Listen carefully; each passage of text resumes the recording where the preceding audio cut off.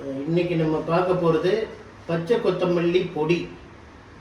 இது நம்ம இட்லி மிளகா பொடி ஸ்டைலில் இருக்கும். இது நம்ம தண்ணியெல்லாம் விட்டு அரைக்க போகிறது இல்லை. உளுத்தம்பருப்பு, மிளகாத்தல், புளி இதெல்லாம் வறுத்துட்டு கொத்தமல்லியை வதக்கிட்டு அப்படியே பவுட்ரு மாதிரி பண்ண போகிறோம். இது எல்லாத்துக்குமே நம்ம சாப்பாட்டுக்கு பிசைஞ்சு சாப்பிட்லாம். இட்லி, தோசை எல்லாத்துக்குமே தொட்டுட்டு சாப்பிட்லாம். நல்ல ஒரு உபயோகமான ஐட்டம். இதுவும் ஒரு பாரம்பரியமான ஐட்டம். இதுக்கு தேவையான பொருட்கள்: ஒரு கட்டு கொத்தமல்லி நல்லா வாஷ் பண்ணிவிட்டு பொடியாக கட் பண்ணி வச்சுருக்கேன். ஒரு 1.5 கைப்பிடி உளுத்தம்பருப்பு, ஒரு 12 காஞ்ச மிளகா, ஒரு சின்ன எலுமிச்சை சைஸ் புளி, ஒரு துண்டு பெருங்காயம், கல் உப்பு. இவ்வளோ தான் இதுக்கு தேவையான பொருட்கள். இப்போ முதல்ல நம்ம உளுத்தம்பருப்பு, மிளகாவத்தலை போட்டு வறுத்துக்க போகிறோம். எப்படின்னு காமிக்கிறேன். இப்போ அடுப்பில் கடாய் வச்சு ஒரே ஒரு ஸ்பூன் நல்லெண்ணெய் விட்டுருக்கேன். அதில் இந்த சின்ன துண்டு பெருங்காயத்தை போடுறேன். இந்த பெருங்காயம் கொஞ்சம் நல்லா பொரியட்டும். பொரிஞ்சதுக்கப்புறம் உளுத்தம்பருப்பு, வத்த மிளகா, புளி இது 3ஐயும் போட்டு வறுக்க போகிறோம். இப்போ நம்ம போட்ட பெருங்காயம் நல்லா பொரிஞ்செடுத்து இது கூட உளுத்தம்பருப்பு, காஞ்ச மிளகா, ஒரு சின்ன லெமன் சைஸ் புளி இது 3ஐயும் போட்டு உளுத்தம்பருப்பு நல்லா செவக்கிற வரைக்கும் வறுத்து எடுக்கணும். செவந்த ஒன்று நான் காமிக்கிறேன். இது கூடவே இந்த பொடிக்கு தேவையான உப்பையும் போட்டுடலாம். உப்பு எப்போவே போட்டோம்னா உப்பில் இருக்கிற ஈரத்தன்மையும் சுத்தமாக ட்ரை ஆகிடும். நம்ம ஒரு வாரம் ஸ்டோர் பண்ணுறதுக்கு ஈஸியாக இருக்கும். இது உளுத்தம்பருப்பு, காஞ்ச மிளகா, புளி எல்லாத்தையும் நல்லா வறுத்துட்டோம். பருப்பு நல்லா சவுந்து போச்சு.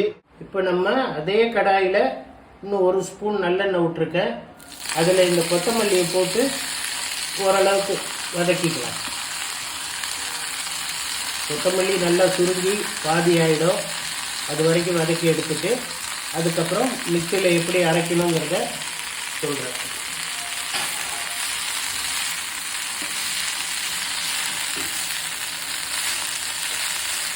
இப்போ கொத்தமல்லியில் இருக்கிற ஈரத்தன்மை போக நல்லா வதக்கிட்டோம்.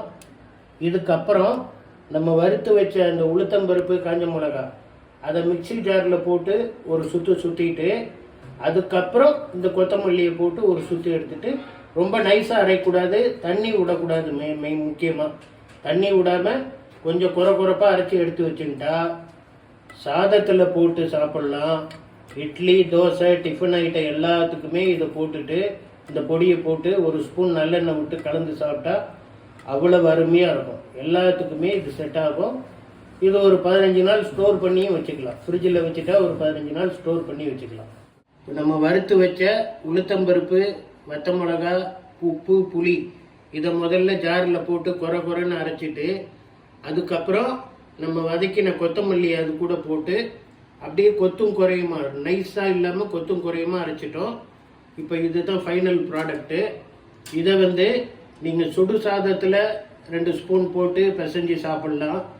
இட்லி, தோசை, டிஃபன் ஐட்டம்ஸுக்கும் இட்லி மிளகா பொடிக்கு பதிலாக இதை யூஸ் பண்ணி பாருங்கள். அவ்வளவு அருமையாக இருக்கும். கொஞ்சம் நல்லெண்ணெய் விட்டு குழச்சிட்டு இட்லி, தோசைக்கெல்லாம் தொட்டுட்டு சாப்பிட்டிங்கன்னா அவ்வளவு சூப்பராக இருக்கும். இதுவும் நம்மளோட ஒரு பாரம்பரியமான டிஷ்ஷு. குறிப்பாக தஞ்சை மாவட்டத்தில் கும்பகோணம் பகுதியில் இதை அடிக்கடி செய்வாங்க. பழைய காலத்து ஒரு டிஷ் இது. இந்த விசிட்டிங் கார்டில் உள்ள என்னுடைய ஃபோன் நம்பரை குறித்து வைத்துக் கொள்ளவும். எங்களுடைய விலாசமும் அதில் இருக்கிறது. மிகப்பெரிய முகூர்த்த வேலைகள், மிகப்பெரிய மண்டபத்து வேலைகள் எதுவாக இருந்தாலும் ஆயிரக்கணக்கான நபர்களுக்கு மேல் சிறந்த முறையில் சமையல் செய்து தருகிறோம்.